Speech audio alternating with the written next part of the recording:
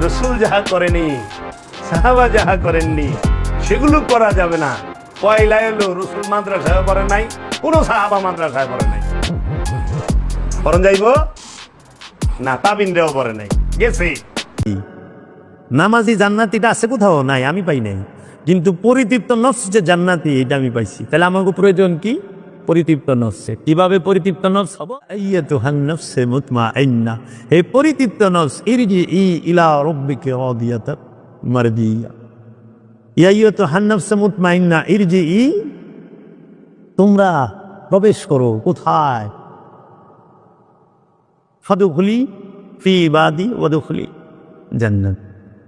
দুইটা শব্দ কইছে, ফাদখুলি ফি ইবাদি, আমার বান্দার মধ্যে, ওয়াদখুলি জান্নাত, এবং জান্নাতে দাখিল হও। দাখিল মানে প্রবেশ করা, দাখিল ভেতরে যাও, ভেতরে যাওয়া, প্রবেশ করা। তে জান্নাতে কোটিপতি হলে যেতে পারবা? অনেক সোয়াব দান খয়রাতে। আল্লাহ তো কেন হে খয়রাতি, হে দানবীর জান্নাতে যাও, হে নামাজি জান্নাতে যাও, হে রোজাদার জান্নাতে যাও, হে জাকাত দেনওয়ালা জান্নাতে যাও। আমি পাই নাই। নামাজি জান্নাতে যাইবা, আমি পাই নাই। ওটা হাদিসে লয়ে আহে, আসসালাতু মিফতাহুল জান্নাহ, সালাত বেহেশতের চাবি। কিন্তু এটা তো কেউ পারে না, আসসালাতি দাখিলি জান্নাহ, যে নামাজি জান্নাতে দাখিল হবে, প্রবেশ করবে। এবারে নামাজ বেহেশতের চাবি, অর্ধেক কয় আর অর্ধেক কয় না। পবিত্র ওয়াসালাতুন মিফতাহুত তুহুর, যে পবিত্র নামাজ বেহেশতের চাবি। কিন্তু নামাজি বেহেশতি, এটা কি আসছে কোথাও? না। কিন্তু পরিতৃপ্ত নফস যে জান্নাতি, নামাজি জান্নাতিটা আছে কোথাও নাই, আমি পাই নাই। কিন্তু পরিতৃপ্ত নফস যে জান্নাতি, এটা আমি পাইছি। তাহলে আমাকে প্রয়োজন কি? পরিতৃপ্ত নফসে। কিভাবে পরিতৃপ্ত নফস হব? মুর্শিদের কাছে বায়াত হইয়া, ইমামের শিক্ষা অনুযায়ী মুরাকাবা মুশাহাদা কইরা। ইমাম ছিল ইসলাম, আল্লাহর কাছে একমাত্র পছন্দনীয় ধর্ম কি ভাই? একমাত্র ইসলাম। ইসলামের বাইরে আরো কোন ধর্ম আল্লাহর কাছে মনোনীত হতে পারে? এটা স্বতঃসিদ্ধ কোরআন কারীমের আয়াত। এই ইসলাম বাদ দিয়ে অন্য কোন ইজম, অন্য কোন নিয়ম, অন্য কোন পদ্ধতি কেউ যদি অবলম্বন করে, তাহলে ফালাই ইকবালা মিনহু, তার পক্ষ থেকে এটা কখনোই কবুল করা হবে না। কে বলেছেন? বলেন না। তো এর মধ্যে দুইটা বিষয়, একটা হলো ঈমান আকীদা, নম্বর 2 আমল। ঈমান আকীদা এইটা বিশুদ্ধ হওয়ার উপরে নির্ভর করে আমল কবুল হওয়া। ঈমান আকীদা এটা যদি বিশুদ্ধ না হয়, তাহলে কোন আমল আল্লাহর দরবারে কবুল হয় না। এক নম্বর কথা। দ্বিতীয় নম্বর কথা হলো, আমল ভাগ করা যায়। কেউ নামাজ পড়ে, যাকাত দেয় না, যাকাত দেয় কিন্তু আবার মিথ্যা কথাও কয়, আছে না নাই? নামাজ পড়তে এসে জুতা চুরি করে, এমন মুসলমান আছে না? তো আমল কম বেশি হয়, ভাগ হয়। কিন্তু ঈমানের ক্ষেত্রে 100 ভাগের 100 ভাগ, 100%, 100% মিয়া ফিল মিয়া, 100 ভাগের 100 ভাগ হতে হয়। ঈমানের মধ্যে চুল পরিমাণও আধা, পৌনে 100 কোন সম্ভাবনা নেই। ঈমান কি জিনিস? যে আমাদের 1 নম্বর বিষয়, 6টি জিনিসের উপরে ঈমান আনা ফরজ। কয়টা জিনিস বলেন না? 1 নম্বর আল্লাহর উপরে, নম্বর 2 আখিরাতের উপরে, নম্বর 3 নবী রাসূলদের উপরে, নম্বর 4 আসমানি কিতাবের উপরে, নম্বর 5 পবিত্র ফেরেশতাদের উপরে, 6 নম্বর ভালো মন্দ আল্লাহর পক্ষ থেকে নির্ধারিত, এটার উপরে। মোট কয়টা হয়েছে বলেন? 1 চুল পরিমাণে এদিক ওদিক করার কোনো সুযোগ নাই। এটা আমাদের আগে বুঝে নিতে হবে, মৌলিক বিষয়। আর একটা বিষয় আমাদের বুঝতে হয়, আল্লাহ তাআলা তার কি কোনো আমরা আকার দেখছি? আল্লাহ তাআলা কেমন? তিনি কি খাওয়া দাওয়া করেন? তিনি বিবাহ শাদী করছেন? আল্লাহ তাআলা কোরআনে কারিমে বলছেন, কুল হুয়াল্লাহু আহাদ, তিনি এমন আল্লাহ যিনি একক অদ্বিতীয়, যেটা ভাগ করা যায় না। আল্লাহুস সামাদ, তিনি অমুখাপেক্ষী, সবাই তার মুখাপেক্ষী, কিন্তু তিনি কারোর মুখাপেক্ষী না। লাম ইয়ালিদ, তিনি জন্ম দেন নাই। ওয়ালাম ইউলাদ, তাকেও জন্ম দেয়া হয় নাই। ওয়ালাম ইয়াকুল লাহু কুফুয়ান আহাদ, তার সমকক্ষ কেউ নাই। এটা কোরআনে কারীম না আমার বানানো কথা? কিন্তু আমাদের নবী 1,24,000 নবী রাসূল পয়গম্বরের সর্বশেষ নবী, সর্বশ্রেষ্ঠ নবী, যার পরে নতুন কোন নবীর আগমন ঘটবে না, এটা তো স্বতঃসিদ্ধ বিষয়। তিনি হলেন আমাদের নবী, সকলের নবী, নবীদের ইমাম, নবীদের নবী মুহাম্মদ রাসূলুল্লাহ সাল্লাল্লাহু আলাইহি ওয়াসাল্লাম। তিনি মক্কার জমিনে জন্ম নিয়েছিলেন, তার আব্বা আম্মা আছে, তিনি বিবাহ করেছেন, তার সন্তানাদিও ছিল, ছেলেগুলো আগে ইন্তেকাল করছে, মেয়েরা ধারাবাহিক ভাবে অন্য জায়গায় বিয়ে হয়েছে, কারো সন্তান হয়েছে, এরপর ইন্তেকাল করছে।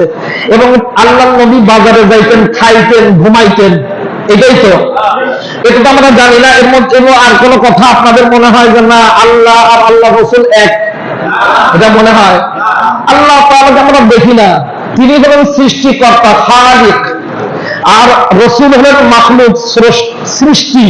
সৃষ্টির মধ্যে আশরাফুল মাখলুকাত, সকল সৃষ্টির সেরা, আশরাফুল আম্বিয়া, সকল নবীর সরদার, ইমামুল আম্বিয়া, সকল নবীর ইমাম, তিনি সকল নবীরও নবী মুহাম্মদ রাসূলুল্লাহ সাল্লাল্লাহু আলাইহি ওয়াসাল্লাম। কিন্তু দেখেন এই ইবলিসের আমি তারটা শুনলাম, সে বলতেছে ইন্নাল্লাযীনা ইয়াকফুরুনা বিল্লাহি ওয়া রাসূলিহি ওয়া ইউরিদুনা আন ইউফাররিকু বাইনাল্লাহি ওয়া রাসূলিহি ওয়া ইয়াকুলুনা নু'মিনু বিবা'দিন ওয়া নাকফুরু বিবা'দ।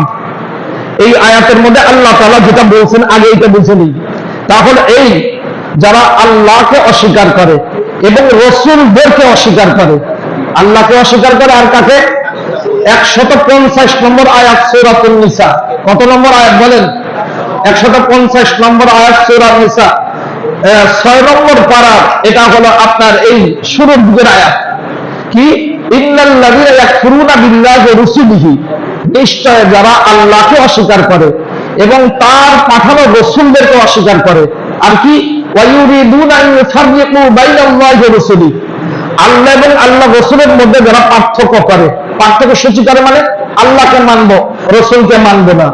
ওয়া ইয়াকুলুনা নু'মিনু বিবা'দ ওয়া নাকফুরু বিবা'দ, ওরা বলে কিছু রাসূল মানবো, কিছু রাসূল মানবো না। আল্লাহ তাআলা বলেন শেষে গিয়ে উলাইকা হুমুল কাফিরুনা হাক্কা, এরা সত্যিকার কাফের। বুঝলেন? তার মানে ইহুদিরা লাইনুল্লাহ, আল্লাহ তাআলা তাদের উপরে লানত করছেন, এরা শুধু মুসা কালিমুল্লাহকে নবী মানে, আর কাউকে নবী মানে না। বুঝলেন ভালো করে? তো ঈসা আলাইহিস সালাতু, খ্রিস্টানরা তারা অন্য সবাইকে নবী মানে, কিন্তু আমাদের নবীকে শেষ নবী মানে না। তাহলে কোন নবীকে মানলো, কোন নবীকে মানলো না, এইটাই এখানে বুঝাইছে। এক গ্রুপ তো আছে কয় আমরা আল্লাহকে মানি, রাসূল দিরাও মানুষ, আমরা মানুষ, এটা আবার কি? তাহলে আল্লাহ আল্লাহ রাসূলের মধ্যে পার্থক্য করে দেওয়া হইলো। আর একটা কি? আল্লাহর পাঠানো রাসূলদেরকে পাঠাইছেন কে? আল্লাহ। তাহলে যদি আমি কোন রাসূলকে অস্বীকার করি, আল্লাহকে মানি, এটা কি মানা হইলো? আমি মাকে মানলাম, কিন্তু যে মা যে আমারে কোত্থেকে আনছে আমি জানি না, অন্য কারোর থেকে মনে হয় আনছে, তাহলে এটা কি যার সন্তান হলো না? ওটা বলে না। তাহলে আল্লাহ তাআলা নবী রাসূল পাঠিয়েছেন, এই রাসূলদেরকে স্বীকার করতে হবে, কোন রাসূলের মধ্যে পার্থক্য করা যাবে না, সকলকেই রাসূল নবী হিসাবে মানতে হবে। এটাই হলো ইসলামের সবচেয়ে গুরুত্বপূর্ণ একটা আকীদা। কোন নবীকে গালি অন্যরা দিতে পারলেও মুসলমান কখনো দিতে পারে না। কোন নবীকে খাটো অন্যরা করলেও মুসলমান কোন নবীকে খাটো করতে পারে না। ওই মুসলমানরা কোন নবীর পুষ্পতলিকা বানিয়ে দাহ করতে পারে না। কেন? মুসলমানদের উপরে আল্লাহকে মানা যেমন জরুরি, আমাদের নবীকে মানা যেমন ফরজ, অন্য নবীদেরকে সম্মান করা তেমন ফরজ। তাহলে আল্লাহ তাআলা বললেন এখানে কি? আর এ বলতেছে আল্লাহ আল্লাহ রাসূলের মধ্যে যারা পার্থক্য করে সে হলো কাফের। তার মানে আল্লাহ যে রাসূল সে এক, এইটা তো সুস্পষ্ট কুফরি। এইটা বললে তো আর কেউ মুসলমান থাকার কথা না। কারণ একজন খালিক সৃষ্টিকর্তা, একজন রহমত দাতা, একজন রহমত গ্রহীতা, একজন ইবাদত করেন কার? আল্লাহ। একজন নামাজ পড়তেছেন, আল্লাহু আকবার, আল্লাহ বড়, এটা আল্লাহ তাআলা বলছেন। আল্লাহ তাআলা নবীদেরকে বলতে বলছেন, আমরা বলতেছি ইবাদত করতেছি। আমরা কার ইবাদত করতেছি? আমরা আবেদ, ইবাদতকারী। আল্লাহ হলেন মাহবুব, আমরা সাজেদ, সিজদাকারী, সিজদা কার জন্য করতেছি? আমরা রাকে, রুকুকারী, রুকু করতেছি কার? বলেন না, আল্লাহ। তাহলে আল্লাহ আর মাখলুক কখনো, খালিক আর মাখলুক এক হতে পারে না। শুধু একটা বিষয় আপনারা ধরে রাখবেন যে আল্লাহ আল্লাহ রাসূল এক, এইটা যদি কেউ বিশ্বাস করে ও সব থাকতে পারে, মুসলমান ইমানদার থাকার কোনো সম্ভাবনা নেই। একটাই শুধু বুঝবেন, আর বোঝার দরকার নেই। ইনশাআল্লাহ ধীরে ধীরে ধীরে ধীরে আমাদের ভাই সোহেল সাহেব অত্যাধিক গুরুত্বপূর্ণ কথা বলেছেন এবং অনেক সন্দেহের পর্দা যেটা পড়েছিল সকল পর্দা উন্মোচন করে আমাদের সামনে স্পষ্ট করেছেন। নেতৃত্ব বড় বিষয় নয়, আমাদের ক্ষমতা বড় বিষয় নয়, সম্পদ বড় বিষয় নয়, আমাদের কাছে সামাজিক শান্তি এবং ঈমান সবচেয়ে বড় বিষয়। আমরা সবকিছু বিসর্জন দিতে পারি, ঈমান বিসর্জন দিতে রাজি নাই। আমরা সবকিছুতে ছাড় দিতে পারি। এই ইউনিয়নের এবং গ্রামের শান্তি বিনষ্ট হয়, আমরা এটা সুযোগ কখনো দিতে পারি। এইরকম বরিষ্ঠ নেতৃত্ব আমরা চাই, এমন কথা আমরা প্রত্যেক ক্যান্ডিডেটের কাছ থেকে চাই। আমার যে সমস্ত ভাইরা আসছেন সবাই একমত হয়ে এই অবস্থান যদি গ্রহণ করেন, তাহলে একা একা কেউ 2 নম্বর করে খ্রিস্টান হয়ে বা তাদের কান পড়া নিয়ে তাদের টাকা নিয়ে এখানে কোনো কিছু করার সুযোগ পাবে না। এখন কথা হলো, কেউ যে বলছেন আমরা ছাড়ি দিব না, ভাই আমাদের উলামায়ে কেরাম ঝাড়াঝাড়ি মারামারি আর আক্রমণাত্মক আইন হাতে তুলে নেওয়ার কথা বলেন না। কেন বলেন না? আমাদের উলামায়ে কেরাম ইসলামের সত্যিকার অনুসারী। কি তারা কোরআন পড়েন, হাদিস পড়েন এবং নিজের জীবনে বাস্তবায়ন করেন। সামান্য বেতনে তারা খেদমত দিয়ে যাচ্ছেন, খেয়ে না খেয়ে থাকেন। তারপরে সত্য কথার থেকে এক চুল পরিমাণও তারা বিচ্যুত হন না। কেন? সত্য থেকে বিচ্যুত হওয়া, সত্যকে ছেড়ে দিয়ে কম্প্রোমাইজ হওয়া, এইটা আলেমদের ধাতেই নাই। 2-1 জন যদি হয়, বুঝতে হবে কোনো না কোনো শয়তানের হাতে ধরা পড়েছে। এই জন্য অধিকাংশ উলামায়ে কেরাম সবাই একমত, নামাজ 5 ওয়াক্ত। আমাদের কিবলা কি বাবার দরবার নাকি আল্লাহ তাআলার ঘর? বলেন না। মসজিদে হারাম কাবাতুল্লাহ আমাদের কিবলা, কোন পীরের দরবার আমাদের কিবলা না। এবং স্পষ্ট কথাই কথা বলবে নাকি? এখন কথা হলো, আমাদের উলামায়ে কেরাম যে শান্তির কথা বলেন, কেন? ভালো করে বুঝেন, এইদিকে এদিকে খেয়াল করেন, কথা শেষ কি আল্লাহ নবী সাল্লাল্লাহু আলাইহি সাল্লাম বলেছেন, মান রাআ মিনকুম মুনকারান ফালিয়ুগাইয়িরহু বিয়াদিহি। তোমাদের মধ্যে কেউ যখন কোনো অন্যায় কাজ দেখে, গর্হিত কাজ দেখে, নগণ্য কাজ দেখে, অশ্লীল কাজ দেখে, বেহায়াপনার কাজ দেখে, ফালিয়ুগাইয়িরহু বিয়াদিহি, হাত দিয়ে তা পরিবর্তন করে দিবে। কি দিয়ে বলেন না? হাত দিয়ে। নম্বর 2, ওমান লাম ইস্তাতি', এরা যদি না পারে তাহলে ফাবিলিসানি, জবান দিয়ে বলবে।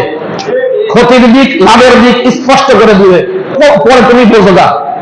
এটাও যদি বলতে না পারে, না বলতে গেলে শেষে আমার সামাজিক নিরাপত্তা নষ্ট হয়, আমি কি ভোট পাবো, এরকম ভয়টা যদি থাকে, তাহলে মনে মনে ঘৃণা করবে আর এই অন্যায় পরিবর্তনের জন্য সে পরিকল্পনা দিলে দিলে আটবে। হাদিসের কয় টুকরা হলো বলেন? 1 নম্বর, শক্তি থাকবে কি দিবে? হাত দিয়ে পরিবর্তন করবে। হাত দিয়ে বাধা না, কিন্তু হাত দিয়ে পরিবর্তন। নবীজি বলছেন ফালিয়ুগাইয়িরহু বিয়াদিহি, বাধা না, পরিবর্তন করার কথা বলছে। গান হয়, মাহফিল দিয়ে দেয়, চলে যায় না। বিড়ি খাইতেছে, ও বিড়ি বাদ দিয়ে তুই যারা এটা চকলেট খা, এইটা হলো কথা।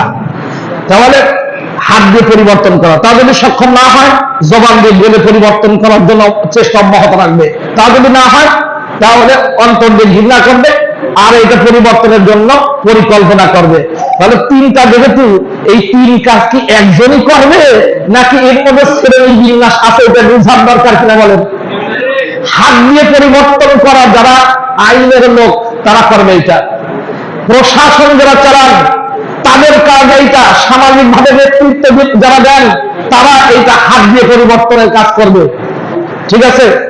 আর উলামায়ে কেরাম, দ্বিতীয় স্টেপ ধাপ হলো, উলামায়ে কেরাম মুখে বলতে থাকবেন, উন্মুক্ত করবেন, হককে হক বলবেন, বাতিলকে বাতিল বলবেন। এটা ন্যায়, এটা অন্যায়, এটা সাদা, এটা কালো, এটা আলো, এটা অন্ধকার, এটা বাতিল, এটা হক, এটা স্পষ্ট করে উলামায়ে কেরাম বলে দিবেন। আর উলামায়ে কেরাম বলবেন, ক্ষমতাওয়ালারা কাল আইন দিয়ে শাসন করবেন, পরিবর্তন করবেন। আমরা বসে বসে যে ঘাস কাটবো সাধারণ মানুষ, না সাধারণ মানুষও আমরা তো দলিল দিতে পারি না। ও যে দলিল দেয়, কি দলিল দেয়? কোরআন শরীফের তেলাওয়াতই সহি না। এখন যে তেলাওয়াত করতে পারে না, তর্জমা করতে পারে না, ভাষাটা সহি নয়, এমন মূর্খ ব্যক্তি যদি কোন এলাকার পীর হয়ে মানুষের ঈমান হরণ করে, তাহলে তো আপনাদের সবার কলা গাছে ফাঁসি নেওয়া দরকার, অথবা প্লেটে পানি নিয়ে ডুবে মরা দরকার। যেহেতু আপনারা তা পারতেছেন না, কমপক্ষে আমরা সাধারণভাবে শুধু আমরা দলিল বুঝি না, আমাদের কাছে ক্ষমতা নাই, তখন আপনারা অন্তরে অন্তরে ঘৃণা করতে হবে, সেখানে যাওয়া যাবে না। যদি কেউ চায় সামাজিক ভাবে তাকে বয়কট করতে হবে।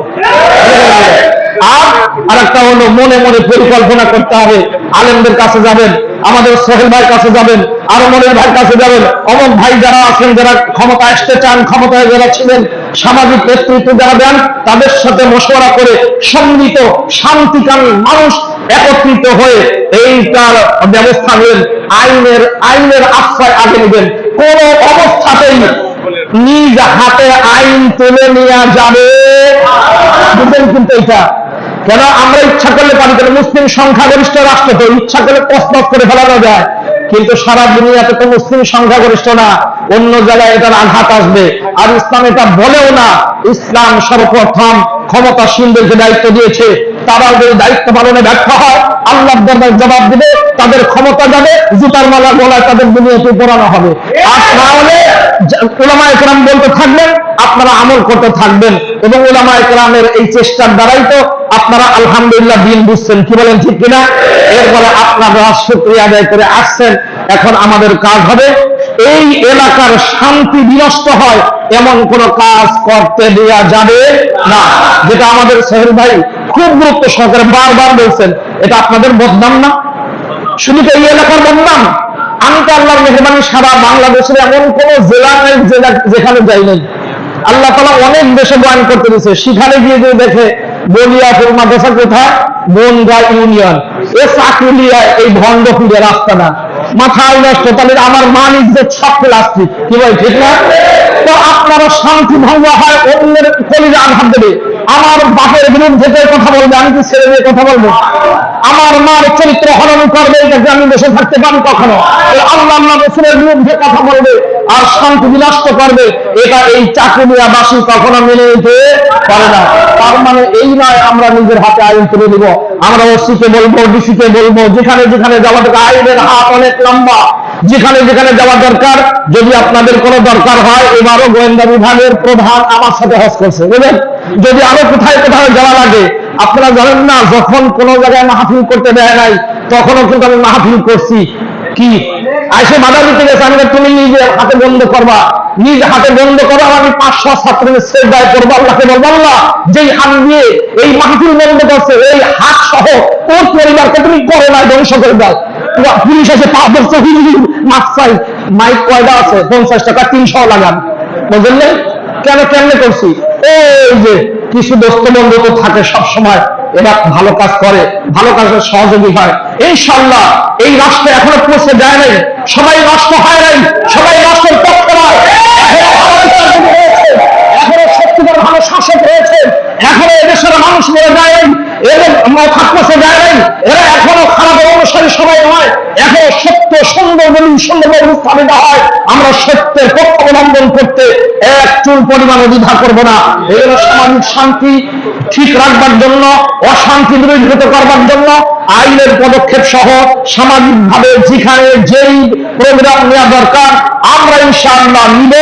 আমরা আপনারা আমরা না, সবাই আমরা হয়ে কাজ করবো, ঠিক আছে না? ইনশাআল্লাহ এটাই থাকবে আমার সবচেয়ে বড় আহ্বান। আমরা কোনো অবস্থাতেই নিজের হাতে আইন তুলে নেব না। যে যে স্তরের ধাপে রয়েছে ওই স্তর অনুযায়ী আমরা কাজ করব।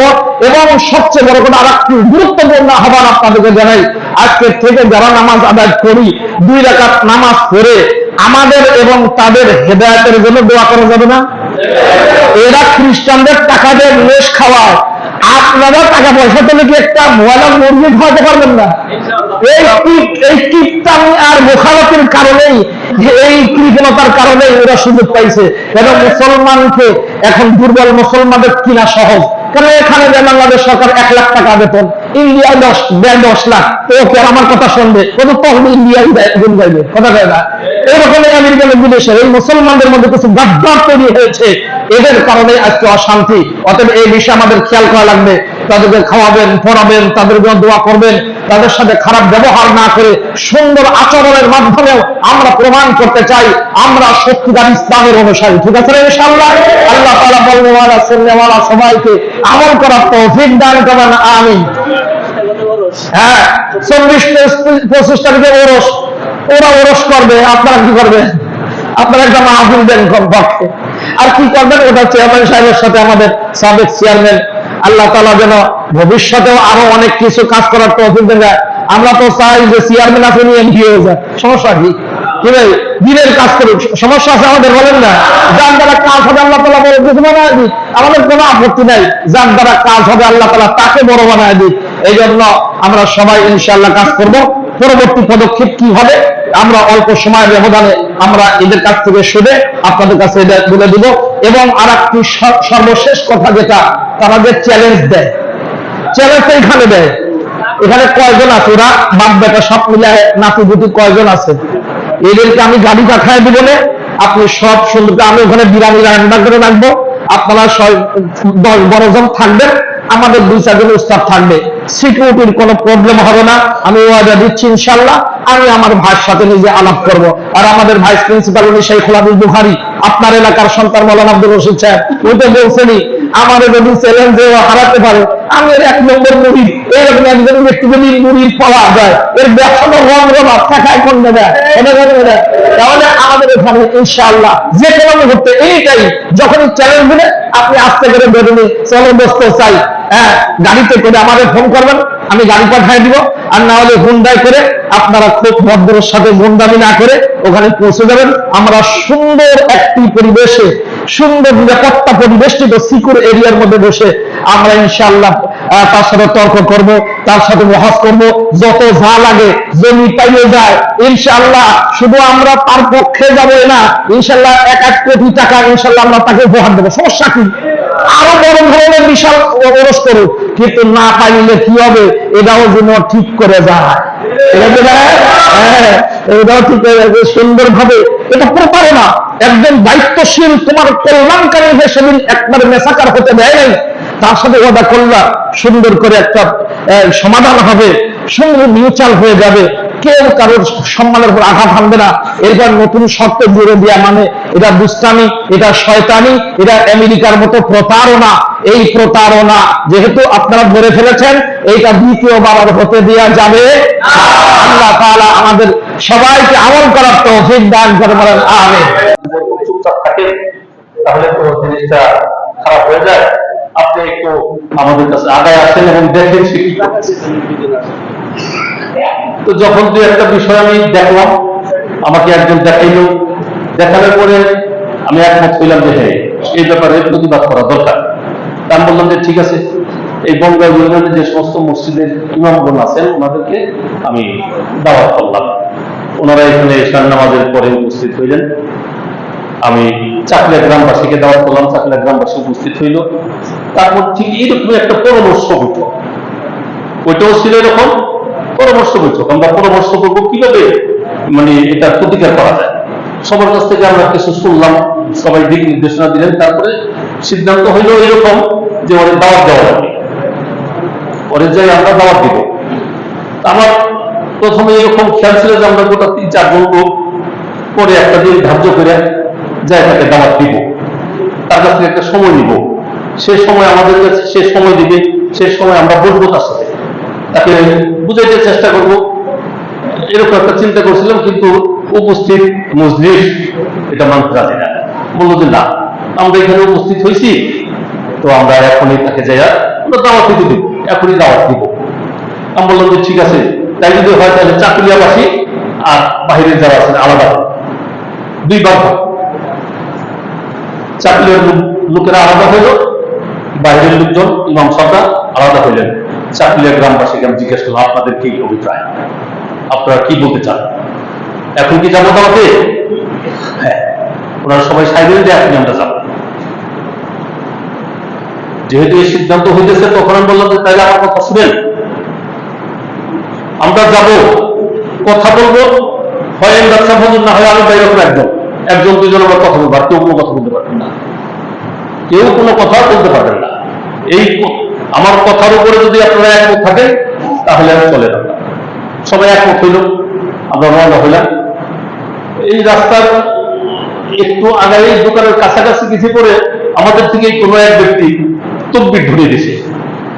আমি ধমক দিয়ে সময় দিয়েছি, আমি ধমক দিছি, খবরদার কোনো তকবির চলবে না, একদম চুপচাপ আমরা চলেন, তার যে দাওয়াত দেব।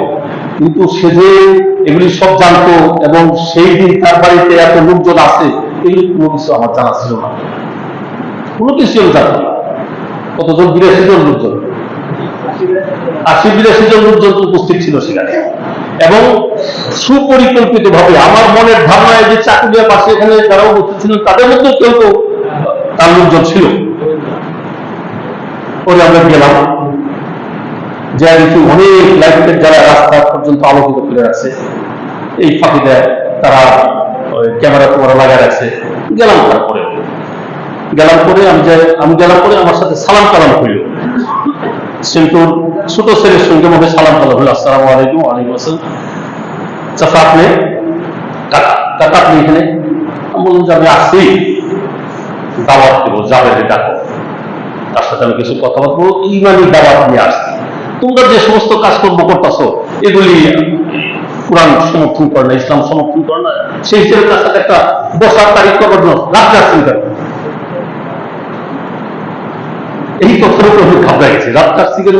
একজন আরেকজনের কাছে যেতেই পারে, আমরা গ্রামবাসী, আমরা গ্রামের লোক, আত্মীয় স্বজন, একজন তার কাছে যাইতেই পারে। বাবা রাত্রে আসছি কেন?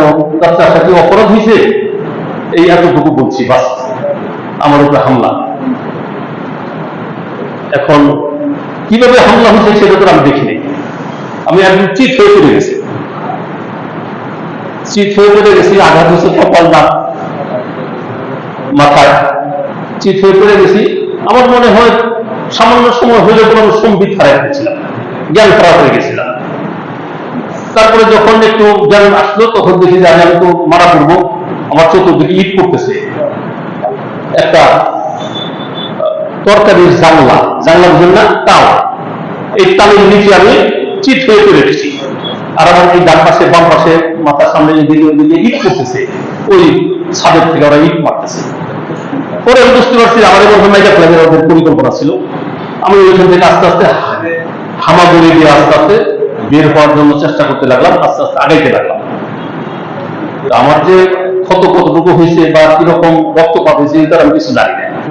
আমি বের হয়ে আসলাম, হামাগুড়িতে যখন বের হয়ে আসলাম প্রথমে সাক্ষাৎ হলো আমাদের ইমাম সাহেবের সাথে।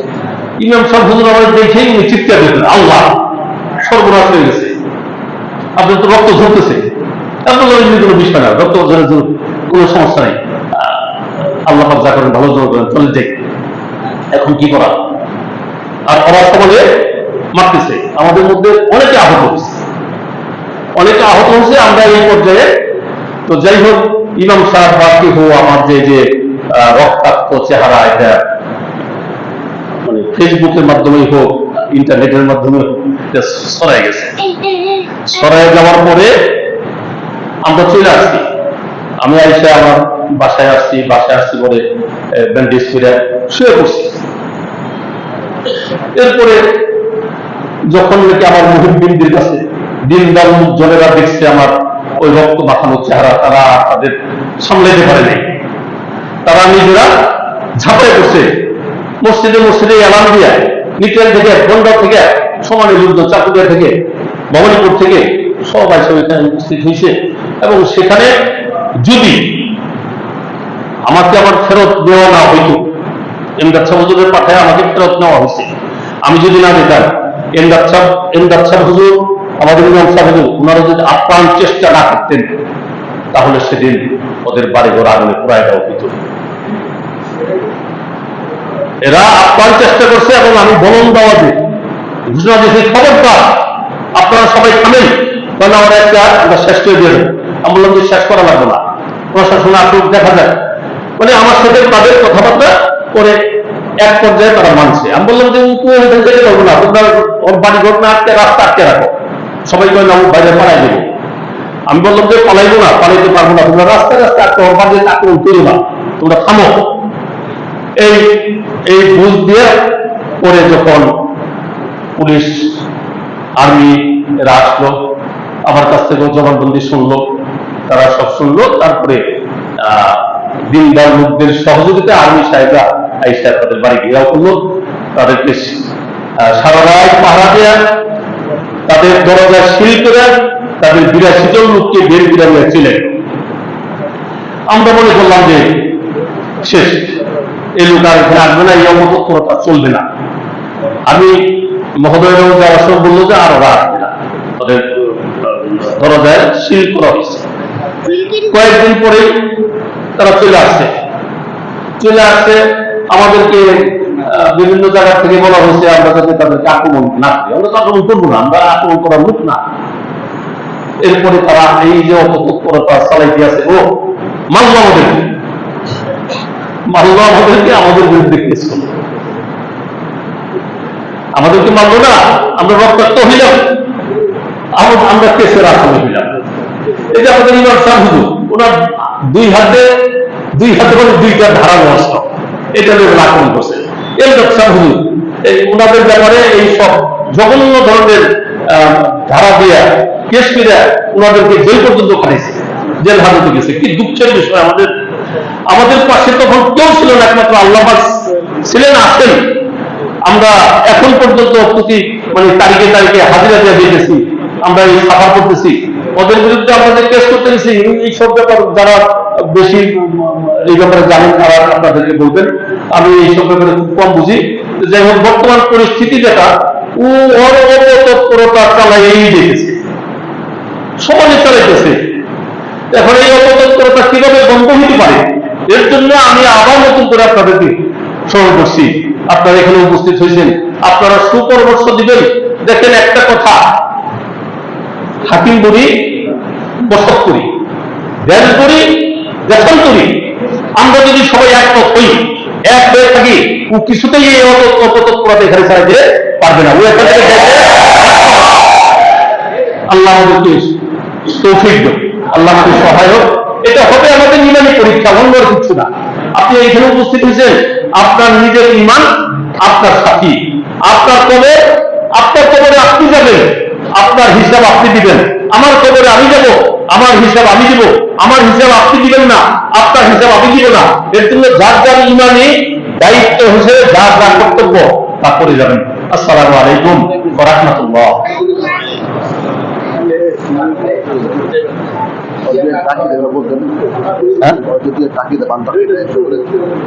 ভ্রান্ত আকিদা তো বলা হয়েছে।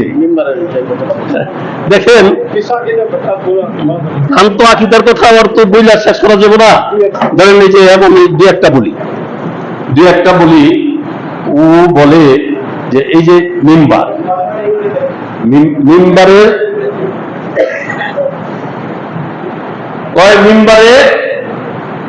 বছরকে বছর কাটে, কোনো লাভ নাই। মিম্বারে না বৈশা আমার মুর্শিদ কেবলার গেটের যে কুত্তা আছে, এই কুত্তার পাও ধরে যদি দেওয়া দরকার, তাও আপনার লাভ। ওর ভ্রান্ত আকিদা, বাবা শাহালির দিকে পিছন দিয়ে নামাজ পড়ো, এমন নামাজ কোথায় দেখো, এমন নামাজ তুমি কোথায় দেখো? বাবা শাহালির পিছন দিয়ে, বাবা শাহালি যদি জাহান্নামে যায়, আমরা তাদের সাথে জাহান্নামে যাব। বাবা শাহালি যদি জান্নাতে যায়, আমরা তাদের সাথে জান্নাতে যাব। কিন্তু বাবা শাহালির যে পিছন দিয়ে নামাজ পড়ে না, তারপরে মুর্শিদের দিকে মুখ দিয়ে নামাজ, মুর্শিদের সিজদা দেওয়া, এইসব আকিদা। তারপরে যে জবাই করা, এর আগে নাকি মহিল জবাই হয়েছে আমি জানি না, প্রত্যক্ষদর্শী ডাক দিলে এখন এসব বলবো। জবাই করছে ওর যে পীর জাহাঙ্গীর, এই জাহাঙ্গীরের নামে জবাই করছে, আল্লাহর নামে উচ্চারণ করে নাই, এবং সেই গোস্ত সবাই রেখা হয়েছে হারাম। এরকম ওর ভ্রান্ত আকিদা কি, ওরে তো ট্রেনিং করেছে, ইসলামের দুশ্মন যারা তারা নিয়ে, ও তো জানে না, ওরে ইসলামের দুশ্মনরা নিয়ে ওরে ট্রেনিং করায় এই সব কথা মুখ দিয়ে আওড়াইতেছে মুসলমানের ঈমান আকীদা নষ্ট করার জন্য। আসসালামু আলাইকুম ওয়া রাহমাতুল্লাহ। সে যে ভণ্ড প্রতারক, এটা কি আপনাদের বুঝতে বাকি আছে? আলহামদুলিল্লাহ। যদি এটা বুঝে থাকেন, তাহলে এটা কিভাবে প্রতিকার করা যায়, কিভাবে বন্ধ করা যায়, এই দায়িত্ব কাদের? আমাদের মুসলমানদের। আল্লাহ রাসূল বুখারী শরীফে হাদিসে আসছে, আল্লাহ রাসূল ইরশাদ করেন, আলা কুল্লুকুম রাই ওয়া কুল্লুকুম মাসউলুন আন রাইয়াতিহি, তোমরা প্রত্যেকেই দায়িত্বশীল। তো আমাদের এখানে যারা বিশেষভাবে সমাজের দায়িত্বশীল আছেন, যারা ইতিমধ্যে ভোট চাওয়া শুরু করেছেন, যারা ভোট চাবেন, সকলকেই আমরা বলতেছি, যারা ক্যান্ডিডেট হচ্ছেন বা হবেন, আশা করতেছেন আগামী চেয়ারম্যান ইলেকশনে আপনারা করবেন কিংবা মেম্বার ইলেকশন করবেন, যে যাই করবেন, আমি বনগাঁ ইউনিয়নের একজন ছেলে হিসাবে, সন্তান হিসাবে, একজন আলেম হিসাবে আপনাদের কাছে আমি বলতে চাই, আপনারা এই ওয়াদা আমাদের সাথে আবদ্ধ হতে হবে যে আমরা এই বনগাঁ ইউনিয়নে কোন প্রকার ঈমান আকীদা বিরোধী কার্যকলাপ চলতে দেওয়া হবে না, আমরা দেব না। এই ওয়াদা আমাদের সাথে আপনারা দিবেন। দেখবো কে কে আমাদের সাথে ওয়াদা দেয়।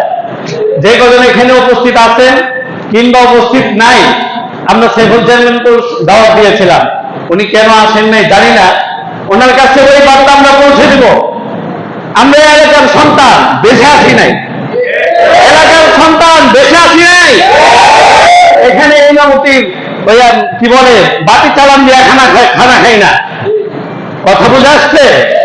এলাকার সন্তান আমাদের সামনে দিয়ে কোরআন হাদিসের বিরুদ্ধে কথা বলবে। আপনারা ভোট চাবেন, আমার কাছেও ভোট চাইতে হবে, আমার ফ্যামিলির কাছেও ভোট চাইতে হবে। আমার ফ্যামিলির ভোট নাই, আমার ভোট নাই, কি বলেন? জি, সুতরাং আপনারাও আমাদের সাথে ওয়াদায় আবদ্ধ হতে হবে, ওয়াদা করতে হবে যে আমরা এই ধরনের ঈমান আকীদা বিরোধী কার্যকলাপ চলতে দেব না। ইনশাআল্লাহ আমাদের উস্তাদের পক্ষ থেকে, আমাদের সকলের উস্তাদ হযরত মাওলানা ইউসুফ সাদিক হক্কানী দামাত বরকাতুহু এবং আমার বিআই এতক্ষণ যিনি কথা বলেছেন, উনি আমার বিআই, বলিয়াপুর মাদ্রাসার সম্মানিত মুহতামিম শেখুল হাদিস আল্লামা মুফতি আব্দুর রাজ্জাক কাসেমী দামাত বরকাতুহু সহ এখানে যারা উলামায়ে কেরাম আছেন, এরা যে সিদ্ধান্ত দিবেন এই সিদ্ধান্ত মানতে কি আমরা রাজি আছি? ওনারা যদি বলেন আগামীকাল আমাদেরকে থানায় যেতে হবে, পারবো? ওনারা যদি বলেন পরশুদিন থানায় যেতে হবে, ইউনোর কাছে যেতে হবে, পারবো? না অজুহাত দেখাবো? জি, ইমানের জন্য, আকীদার জন্য, দ্বীনের জন্য, রাসূলের জন্য যেদিন ওনারা আমাদেরকে থানায় ডাকবেন, যেদিন ওনারা ইউনোর কাছে যেতে বলবেন, যেদিন ওনারা এমপির কাছে যেতে বলবেন, আমরা রাজি আছি, ইনশাআল্লাহ প্রস্তুত থাকি। আল্লাহ আমাদেরকে প্রস্তুত করার তৌফিক দান করুন। আমরা সরাসরি কর্মসূচি এখান থেকে তাই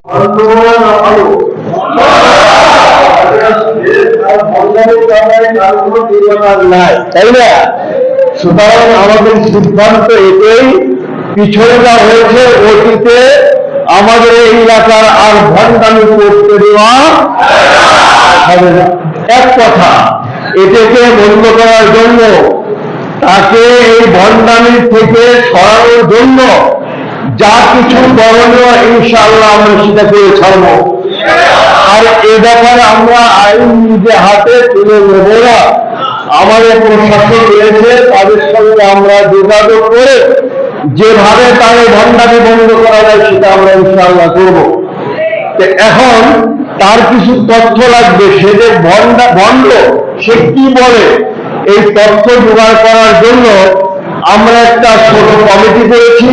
ওই কমিটি 3 দিনের মধ্যে তথ্য জোগাড় করে তারা দেবে এবং আমরা স্মারকলিপির সাথে এই তথ্য কাগজটা দিয়ে আমরা ওসি, এমপি এবং ইউনোর কাছে আমরা স্মারকলিপি পেশ করব। এজন্য আমরা পরামর্শ করেছি আগামী রবিবারের দিন 10টার ভিতরে আমরা এখানে যারা আছি তো এই বনগাঁ ইউনিয়নের যারা মুসলমান এবং যারা নিজেদের ঈমান আকীদাকে আমরা সংরক্ষণ করতে চাই, আমি বলতে চাই যে আমরা সকলে এখানে উপস্থিত হব। রাজি আছেন তো আপনারা? আমরা সকলে রোববার দিন সকাল 10টায় উপজেলায় জমা হবে। ওখানে আমাদের নেতৃবৃন্দ থাকবেন, ওলামায়ে কেরাম থাকবেন, পরামর্শ করে যেভাবে সুন্দর হয়। বিশেষ করে আমাদের প্রশাসনের এক ভাই ওই যে সুন্দর কথা বলেছেন, আমি তো চিন্তা করতে পারিনি যে এভাবে কথা বলবেন। যাই হোক, আল্লাহ পাক তাকে জাগায় খাস দান করুন। প্রত্যেকে চায় যে বন্ডামি বাটপাড়ি এগুলো করা যাবে না, এটা সবাই চায়, কিন্তু অবস্থার প্রেক্ষাপটে অনেক সময় এর প্রতিবাদ করতে পারে না। কিন্তু আমরা এখানে ইনশাআল্লাহ আমাদের বলে সব চ্যালেঞ্জ দিয়েছে তাকে, আসো তুমি, কোনো আপত্তি নেই আমাদের, আমরা বসতে রাজি আছি, কিন্তু ইসলাম এবং ইমানের ব্যাপারে কোনো কম্প্রোমাইজ আমরা করতে রাজি না। তুমি বসো, তোমার দলবল নিয়ে আসো, আমরা দেখি, সেখানে প্রশাসনের লোক থাকবে। তুমি যদি পারো আমাদেরকে পরাজয় করতে, তোমার কাছে বুঝবে আপত্তি আমাদের, কিন্তু এটা কি সম্ভব নাকি?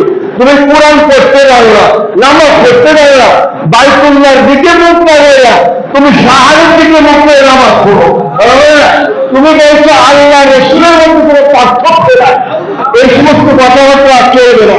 সুতরাং কথা একটাই যে আমরা যে কমিটি করেছি, ওনারা 2-3 দিনের মধ্যে সবটুকু তদন্ত করে একেবারে সে কোথায় কি বলেছে সবগুলো নোট করা আমরা সারকুবির সামনে থেকে একটু আমি করে প্রয়োজন বলে ইসলাম অবমাননার জন্য আমরা হাইকোর্টে মামলা করবো। আপনাদের সহযোগিতায় ওটা সাহায্য হয় না। অনেক কথা হচ্ছে, আইন হাতে নিব না, প্রশাসনের মাধ্যমে সবকিছু ইনশাআল্লাহ আমরা করবো। সুতরাং শেষ কথা যেটা, আগামী কিভাবে বললাম রোববারে, তাই না? রোববারে আমরা 10টার ভিতরে সোহেল ভাই থাকবেন, আমাদের সাইফুল ভাই থাকবেন, তারপর আমাদের খায়ের ভাই থাকবেন, আরো নেতৃবৃন্দ যারা আছেন, নাম তো সবাই নিতে পারলাম না। মানে ইমানের তাকিয়ে আমাদের ইমান রক্ষা করার জন্য আমাদের ওখানে যেতে হবে। আমরা অনেক লোক দিয়ে আমরা ওসি সাহেবকে ধরবো, আমরা এর সাথে ধরবো, এমপি সাহেবকে ধরবো, আমরা কৌশলের মাধ্যমে আমাদের নীতি, আমাদের দাবি ইনশাআল্লাহ আমরা আদায় করে ছাড়বো। আল্লাহকে আমরা দোয়া করবো, আল্লাহ পাক আমাদের এলাকাকে, শুধু আমাদের এলাকা না, সারা দুনিয়াতে তো ফেতনা, এই ফেতনার থেকে মুসলিম উম্মাহকে আল্লাহ পাক হেফাজত করুন। এখন আপনারা আসছেন পক্ষ থেকে, আমি কৃষ্ণের পক্ষ থেকে, আমাদের এই সংরক্ষণ কমিটির পক্ষ থেকে সকলকে আন্তরিক মোবারকবাদ জানাই। আল্লাহ পাক বাতিলের বিরুদ্ধে আমাদের সংগ্রাম করে সত্যকে প্রতিষ্ঠিত করার তৌফিক দান করুন। আলহামদুলিল্লাহ।